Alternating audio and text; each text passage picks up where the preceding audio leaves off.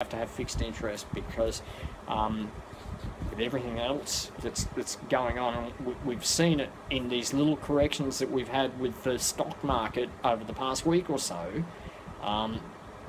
If you don't see the warning signs, then many of us do, and many of us talk about these things every day, and I know that I do, and I'm on those horrible, dark social media environments such as 8chan and 4chan, and that's, trust me, that's where the really smart operators are. And yes, some nutbags, I heed your warnings there, but at the end of the day, you get real information, and it's certainly not edited. It's certainly not newspeak. And that's the other thing I would say, is be aware of newspeak, which is controlling our thoughts, controlling what we can say, controlling what they, the neo-Marxist one world order, thinks is acceptable for us to think. How far has that gone? When I was a young guy, I think I was 15 or 16, I think it might have been, like equivalent of grade 10, which would be like Form 5 in the UK. One of the books they gave us to study was George Orwell's 1984, which was basically challenging these concepts of newspeak and one world order. And yet, here we are, MSN, mainstream media. Basically, they're locking up what you can and can't say. They're basically almost starting to control our thoughts. It's almost like, oh no, you can't think that. Well, I can. I'm a patriot. I'm a patriot to the old world order. I'm a patriot to conservatism. As I've said, sometimes I wish I was in America. I have huge allegiance to Trump, who I think is Cyrus the Great, as predicted in the Book of Revelation. That's what he's here. He's draining the swamp. He's going to go after these pricks. And when I say go after pricks, he's going to go after pedophiles. He's going to go after satanic cult worshippers. These are all the top level of society. And what these guys do, they control the strings of the ones below them. They get dirt on them. They get photographs of them. They pull them into their sinful behaviour. And basically, once they've got these puppets in there, they basically can control the strings, and that's what's going on. So anyway, once again, continue to get off track. What I'll do, I'll come back and come back to cryptocurrency, which is I like to call these days the digital investments, digital assets, digital currency. I think it's far more euphemistic. It's much more appealing terms, and I am a marketer. I've said it before. I marketed the ultra-fine grinding mill for Deswick. I marketed that worldwide to the mining community, mining and minerals, and that was in its infancy. I went all around the world. I did talks, a bit like what I'm doing to you guys.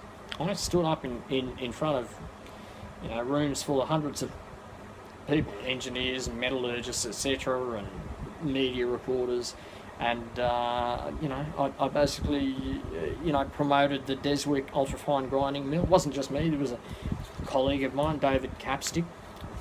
Dave, he was an important guy in that.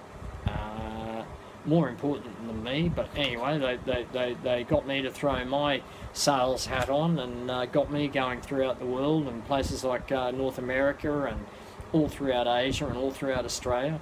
The upshot was that minerals giant F.L. Smith, minerals, actually before that, Nelson Concentrator of Vancouver, Canada, they bought it out first, the technology, but then that was then bought out by F.L. Smith Minerals, and it became the F.L. Smith, I think, UFG ultrafine grinding mill, used in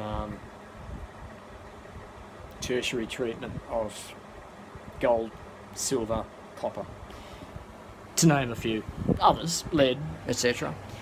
But what that taught me is, this is a terrible graph. This is my whiteboard. I've got stuff on this whiteboard that's a bit of a mess here, but you can see it kind of taught me a little bit about the product graph, the product evolution graph, if you like, and this compares to what we're going through with crypto, digital currency assets at the moment. In the early days, things are cheap, and the mainstream is dismissive, and the people behind it are visionaries. And then as we go up the graph and the price begins to increase, there's initially ignorance and criticism, but then we have early adopters. I hope that I got into this phase somewhere in here somewhere. As we go up the evolution, the product development cycle, we get into, and this might be different to mainstream products. This is financial products, digital assets, which might be a little bit different to something that's manufactured, for example, like a car. But eventually we go from ignorance and criticism, we go into FOMO, which I argue, or I don't argue, we know what FOMO is. It's fear of missing out. All these people here are now starting to think, hang on, this ain't going away. It's a bit like Bitcoin, all the criticism that it's copped lately. And if we look at this life cycle, or this development cycle here, Bitcoin's probably still down here somewhere. And we're at the FOMO stage, or perhaps not. Perhaps we're going to come back into this stage later on in 2018, and eventually we'll come into the mainstream adoption stage, the acceptance stage. These will be all the guys down here like JP Morgan, Jamie Dimon, maybe at some point even Warren Buffett. They'll come up here into the acceptance stage and the mainstream adoption stage. So that's my little graph that I wanted to show you. Anyway. Blockchain is, they've tried to kill it. They've tried to kill it with everything. They've tried to kill it with government-backed FUD. Korea's going to ban it, Japan's going to ban it, China's going to ban it, India's... None of these guys have banned it. They haven't banned it. All they've done is tighten up the regulatory... the regulations. And all that's going to do is strengthen it. So all the FUD, everything that you've seen in the early stages of 2018 surrounding blockchain, it's just FUD, and all that serves is to actually strengthen the concrete base, make that concrete base thicker, and take those lows, take those all-time lows that we've been experiencing lately, but they're higher. They're pegging them up higher. So, every time that they try to smash cryptocurrency and blockchain technology down, yes, it does. It retreats back 40, 50, 60%, but then it hikes 90%. And I've shown graphs on my Facebook page where I've said, hey, have a look at this. These are my investments. They were smashed 40, 50% in that FUD, in those attacks by whoever it was, probably the media mainly, and the FUDsters. There was a correction, there was a so-called crash. It dropped my assets by 50%, but then what they don't report is the fact that like a week later, they're back up 60, 70, 80, and in some cases, even my own quant stamp was one of them. It came up by about 93%. It rose by 93% after falling 60%. So it's up 30%. Bear all that in mind. It's getting stronger. It's not getting weaker. And I put up a Maz Hart from the United Kingdom. She sent me a clip yesterday from BBC Panorama. They'd done a feature on crypto and Bitcoin. I had a little look at that, and apparently it was quite neutral. They were certainly not writing it off, and they were certainly, if anything, I think they painted quite a positive light on it. But the point being is that the worldwide adoption is increasing, the worldwide interest is increasing. More and more guys like me are getting people from all around the world, people who I know, you know, they're tapping me, they're messaging me, saying, well, what's your opinion on this? Well, my opinion is, after everything that this, particularly Bitcoin and other digital assets have been through, even just in the you know, the first month and a half of 2018, what's Bitcoin today? 8,600, 8,700. It's here to stay, and I'm still predicting Bitcoin probably 4 or 5 times multiples for 2018. That's not financial advice. That's purely speculative. That's purely my opinion. I believe in the currency. You know, if not this year, maybe next year, maybe the year after, 10 times, 20 times, it's all going to come. And not just for Bitcoin, but if you're invested in stuff that I'm invested in, and I've weeded out all the rubbish. I'm absolutely convinced that the stuff that I've got my money in is it's going to be beyond gold. I think it's like platinum and iridium, the sort of stuff. I'm talking about Neo, Quantstamp, Ethos, Icon, which is a beautiful Korean currency. Look that one up. We all got huge mainstream use cases.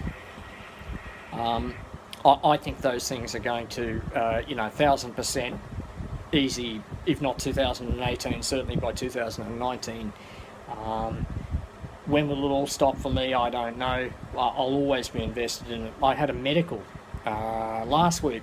I went through all my tests. I'm 52 years old. They tested me for everything. And I thought, right, I'm going to find out, you know, if this old horse has got anything left in it. I'm going to find out. I got all my results back this week. It's Wednesday today. Yesterday I had to go back and see the doctor, and he gave me fantastically the all clear. And probably that's another reason for posting today, for blogging today, is I'm ultra bullish. And I'm not just bullish for the next 1-2 years, I'm ultra bullish now. The way I'm feeling and how fit I feel, I'm ultra bullish for the next 5-10 years. And we'll see where that takes me. But, you know, if you want to kind of join me for the ride, I can tell you the stock market is very precarious. Looking at the ASX 200, I don't know what it is, 5,800 points or something. It's like Groundhog Day. It's like, isn't that what it was about a year ago? I don't know. Isn't that what it was about fucking, I don't know, how many, sorry for swearing, how many years ago? It's Groundhog Day. If you're happy with, you know, 5% or less, particularly in a market that's going to be smashed by yields on bonds, because that's what it's faced with. Bonds is that's where all your good yields are at the moment. That's where all the money's looking at hedging. Blockchain, cryptocurrency, I'm very, very, very bullish about it. And you know what? At 52 years old, I'm glad that I've joined the young guys. You know, they're a bit of a pain to actually deal with and speak with, you know, in the social media channels, etc. But they also bring a lot to the table, and I'm not knocking those guys completely. Anyway, I'm in it, and if you're not, God knows where you're going to put your money. I have no idea. Bonds, yeah, maybe put them in bonds, but don't leave them sitting on a stock exchange, because we've seen the warning signs. We've seen the warning signs this week, and it hasn't been pretty. And I think it's going to get a whole lot worse before it gets better. And currencies, I've said it at the start of this stream, they're RIP. They're going to go down the toilet. You cannot have mainstream currencies backed by huge amounts of debt. That's not what Bretton Woods established in 1950, whenever it was. Bretton Woods said you had to have a currency, or it's espoused you had to have currency backed by wealth, particularly gold. Ever since that gold standard's been removed, we've gone completely